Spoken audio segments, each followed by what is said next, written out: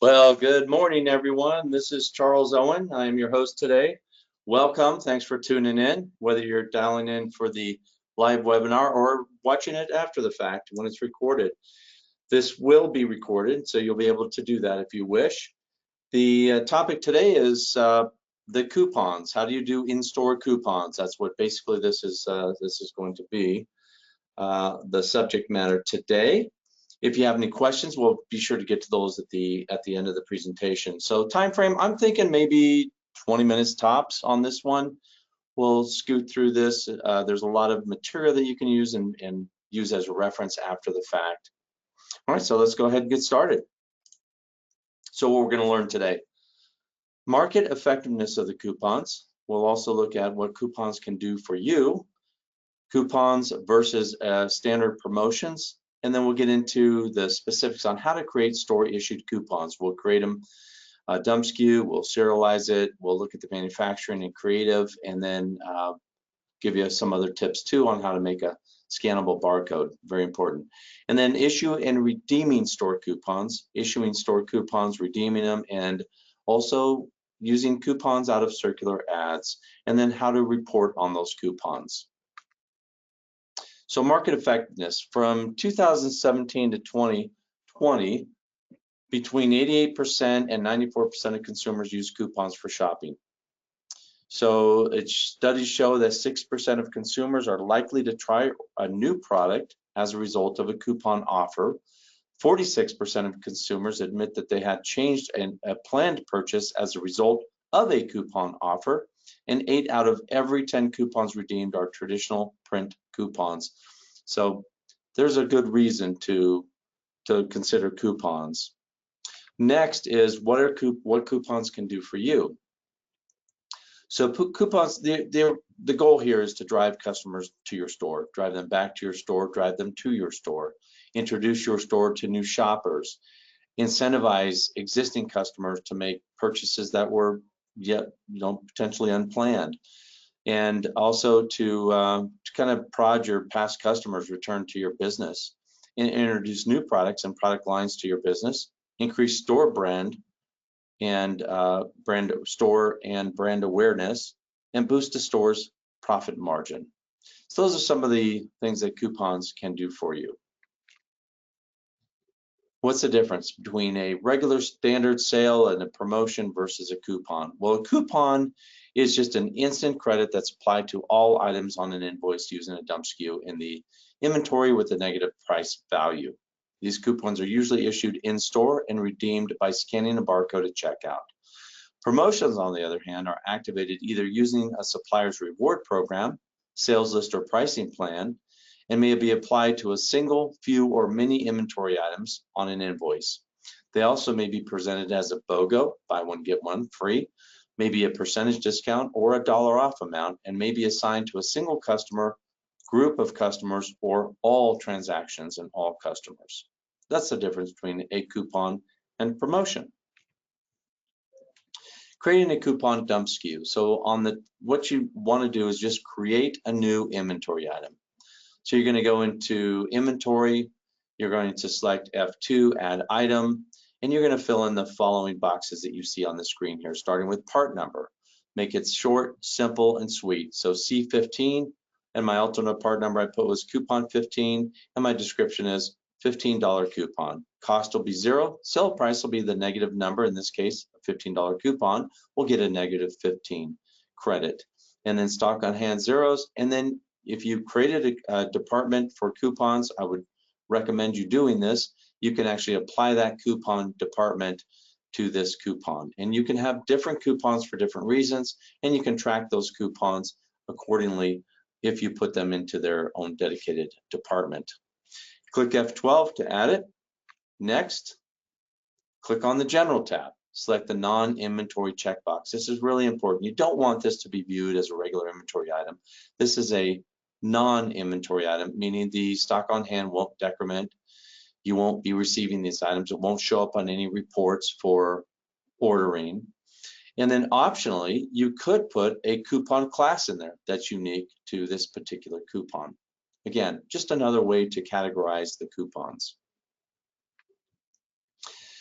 Now, I suggest serializing coupons, and that enables you to prohibit counterfeit and criminals from just copying a ton of these $15 coupons. They can copy as many as they want, but the system's going to know and understand every one they use if you serialize the number. Now, if you don't serialize it, the issue is somebody can go and just make a colored copy of your coupon and just use it as many times as they want, or sell them, for half the price or whatever.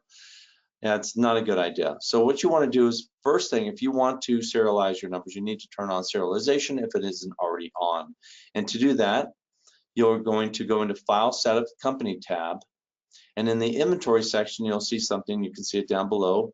It's the window behind where it says Enable Serial Number Management. You want to check that box.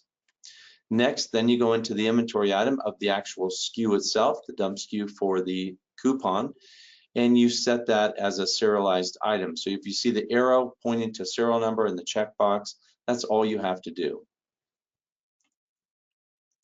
Now you'll be set up for serialized coupons, right? Next, what you need to do is you need to go in and assign serial numbers to a particular part number. So you want to go into that particular item, click on the serial number and alt part number. There's a radio button serial number at the top. You'll see on this screen. So you've got your alternate part number as default, and then your serial number is the radio button that brings up all your serial numbers. Now you will add serial numbers in one by one and you'll do that using the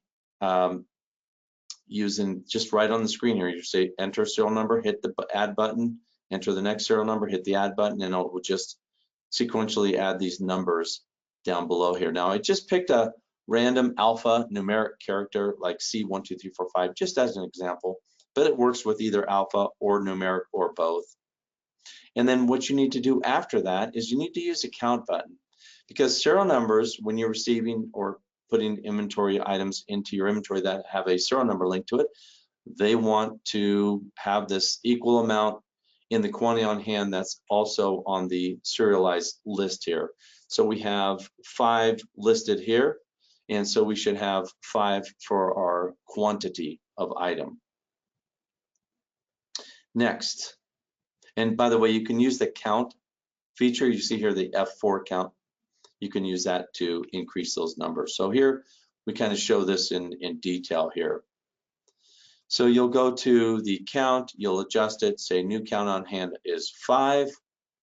And then also you'll see if you don't put the 5 in, what'll happen is you'll see down below here, I say before adjusting count, it'll say 0 and have the little yield sign. That means there's a problem. It's not synchronizing with the quantity on hand or stock on hand isn't synchronizing with the number of serial numbers in your system. So you need to synchronize those.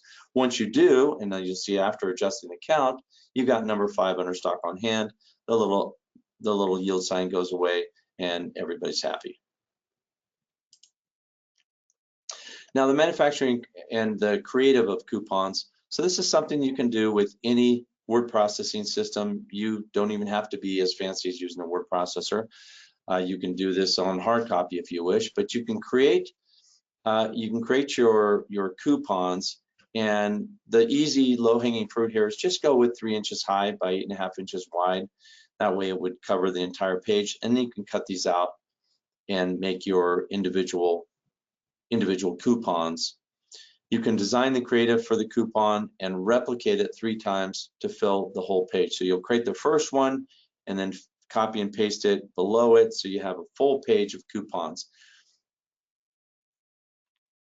To continue on with the manufacturing, you want to make sure that number one, when you're cutting your coupons out, you can use a paper cutter if you have one. That just makes it more professional looking, more uniform. But the barcode that you see on here, each coupon should contain the same barcode.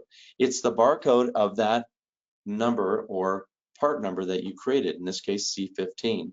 Or you can use the alternate part number, coupon 15, either way. And then below that, you're going to actually enter that unique serial number that was assigned to that particular coupon. So in this case, we have 5 of them. So that means I would have 5 coupons, 1 for each serial number, so you can, for security and tracking purposes. Now you probably have a few questions on how do you make the barcode? You know, how do we assign numbers to it? Well, it's pretty simple. Here we go. So making a scannable barcode.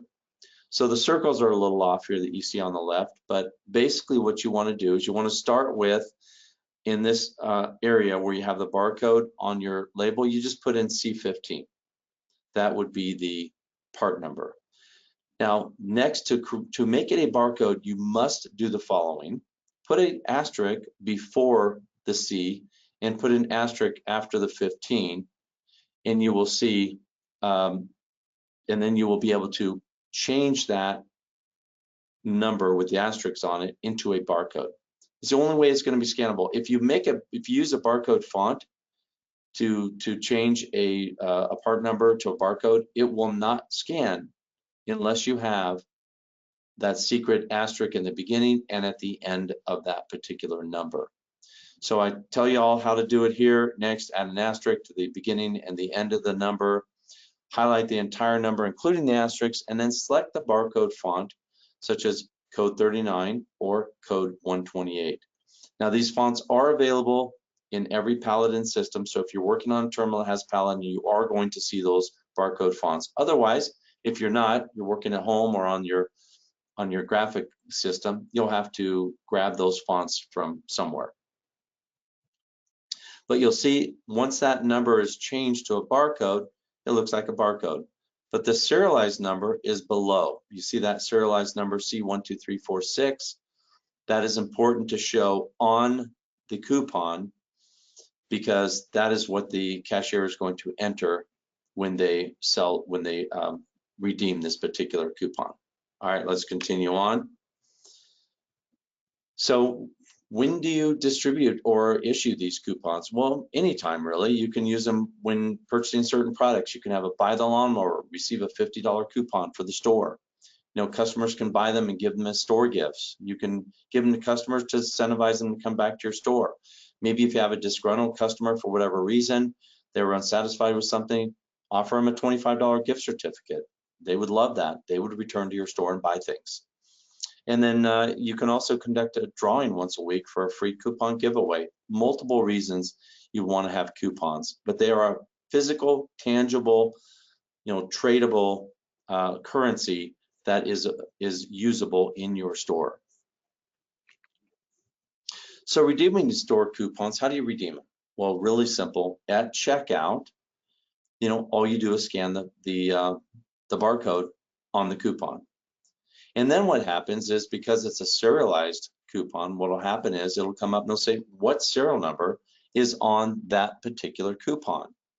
Because we have 5 of them that we've issued, this particular one is, you know, C12346, but down below I've selected C12345. Doesn't really matter. I mean, it matters that you select the right one that matches the what's on the coupon itself, right?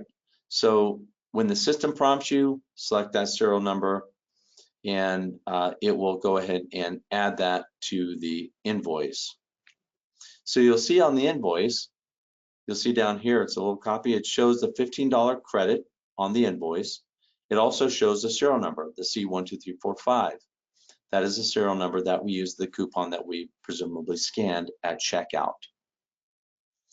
Now, these are really meant to be a one-time use unless you go ahead and add the serial number back into your inventory. You can see knowledge base article 32236 in the Paladin portal, help portal, to see how to do that. So you can reuse these coupons if you wish to. You may do that, but they're so inexpensive and so easy to generate and create that I don't know that you want to hassle with that, but you can. Now, as an option, if we back up one screen here, as an option, where I show the C12346 on the actual coupon underneath the scanned barcode here, you can see that. That could, if you wanted to, it could be a barcode as well, and then you could just scan that serial number in after you scan the coupon in.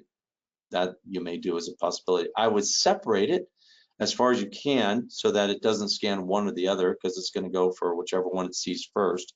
I would move it maybe to the left bottom portion of this if you would wish to turn them into a barcode. It's not really necessary, but you may if you like. All right, to continue on. Next, circular ad coupons. So how do you do and honor and publish circular ad coupons? Well, because it's on a different format, generally it's on newspaper or it's on a printed book of some kind, or it's a nice, pretty manufactured printed document, you can have them bring in the coupon, which is going to be of the same material as what's on the where it came from, the original medium, whether it's a newspaper or a magazine article or something.